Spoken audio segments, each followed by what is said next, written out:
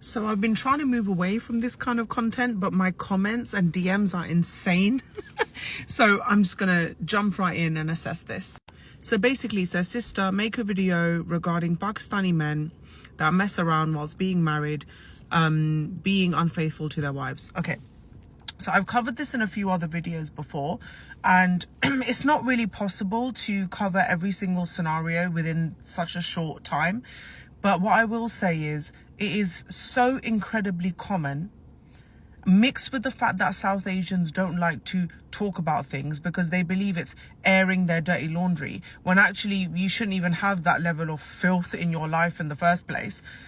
It has become this unsaid norm. Like the amount of women I've heard, like, men just do that anyway, so as long as he's paying the mortgage. Like, it has actually made people so cold. So many women as well are more than willing for their man to cheat constantly as long as he stays married to them. You know, so I think that this is unfortunately a self-perpetuated cycle with the way parents raise women just to put up with absolutely any type of degrading behavior that men put them through. It's disgusting. Aadmi aise hi hota hai, mard aise hi karte hain. It's all so dismissive of your rights as a human being to be treated with respect and care and decency. Because if any one of these women that are being cheated on by these Pakistani men cheated back, it would crumble their ego into a million pieces. There'd be no man to be found. He would crumble in a pile of dust in front of you, because they know how bad it hurts when it's done to them. But when they're doing it to women, there's no empathy. And where does this come from? A mother and father provide the framework to make a man decent, respectful, and empathetic. When you come across a man who is a serial cheater, especially when he's married, he has psychological problems. And unfortunately, we have so much jahiliyat in our community that these men think they are dons for living like this. They genuinely do. They're like, oh, I've got a wife at home and that I run, and then this girl wants me and this girl wants me. And they genuinely get so much life out of this. And that should be the biggest sign to you all. Instead of seeing these men as these vicious evildoers, you should actually see them as broken individuals who will literally dive into any hole, literally speaking, just to get 20, 30 minutes of comfort, even less. That's where they go to feel like a man. Because real men that are in scenarios that they're no longer happy with, they bite the bullet and sit down and have that conversation. Say, I can't do this anymore. I'll fulfill my obligations to what I need to do, especially if there's children involved, but I can't do this anymore. Pakistani men that cheat on their wives, serial cheaters, they're not men. So why are you getting angry at them? That's what I would say to my girls now. Don't get angry at them.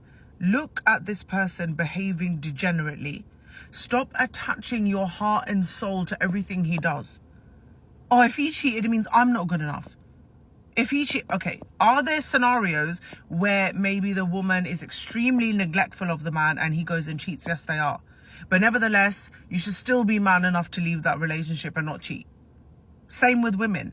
Because there's plenty of women out there cheating as well. Because I genuinely believe after years and years, generations of seeing the behavior of South Asian men, it has turned women nuts as well. And they're like, fine, you're going to cheat on me anyway. The likelihood or the mentality of the likelihood of a South Asian man cheating on you is 9 out of 10 times he'll do it. That's the level of faith we have in men in our community. So when you are in a scenario where someone is being unfaithful to you, you need to make a decision whether that is a place you want to stay or not. Because we've led this narrative too long. Oh, kutta hai, kanjar hai, wo hai, whatever it is, fine. Yes, he is. But now what?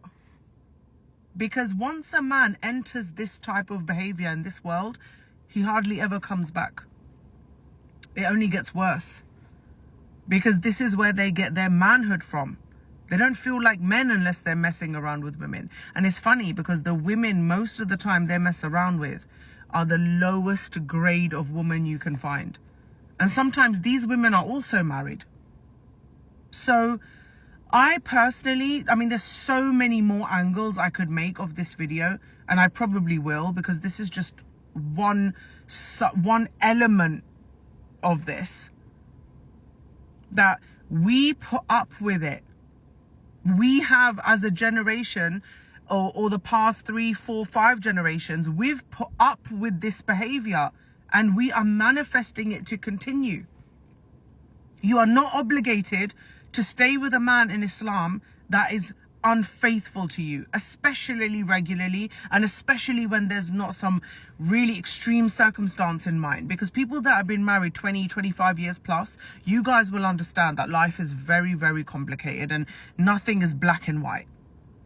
But if you're with a man who seriously is a serial cheater, and you allow him to continue that, living the same life, those are the women perpetuating this. We can blame the mothers, we can blame the fathers, we can do all of that. But this is why they want to keep our women non-educated and not independent. Because when you're not educated and not independent, you have to stay with these men. Toba astaghfirullah. Allah ka lakh shukar hai. We are in a day and age now where you can make yourself independent enough to live with decency and respect, and wait to find a man that you actually respect the way he lives and the way he treats you. So I'm not going to sit here and say, yeah, men are this, men are that, yes, they are. We already know they are.